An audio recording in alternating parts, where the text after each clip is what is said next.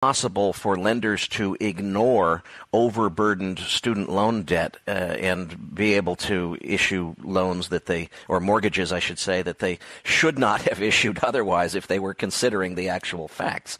This is the government policy era that we live in. So it looks like this growth of private debt. Meanwhile, margin interest is at record highs and growing. We're seeing retail coming back into the stock market and buying on leverage. The private debt continues to just be out of control. But how does this eventually end? What is the eventual event or mechanism that causes this to all unwind, and how does it look? Well, to me, the mechanism is the government finally learning how capitalism operates, but as long as they're listening to the neoclassicals, they'll never understand that.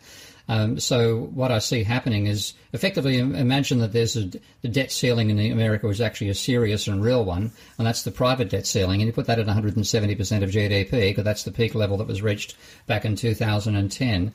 It's since fallen to 150%. It's now rising, 145%, I think. It's now rising. It's back up to about 150% once more. But the closer it gets to that ceiling, the less momentum it has, and therefore you can go from rising debt to reaching a peak and then falling back down again. And when that decline in the rate of growth of debt occurs, that's a decline in credit. Demand will evaporate, and all the confidence that the economy is recovering will disappear from the legislators and the regulators. They will then start dropping rates rather than raising them. So this is the game that Japan's been playing with itself for 15 years. That's a very unintentional pun, but I'll let it hang in the air there. I think the Americans are going to do the same thing. And if I look at the credit dynamics for America right now, I'm just looking at one of the charts on my Prof. Steve Keen website, where I've got all the charts from my new book up there, plus a few others. The peak level of credit, which is change in private debt in America, occurred in 2008. That was 15% of GDP. It fell to minus 5% in 2010. It's now hit 7%, but if you look at the data, it's starting to turn back down to negative again, or rather declining once more.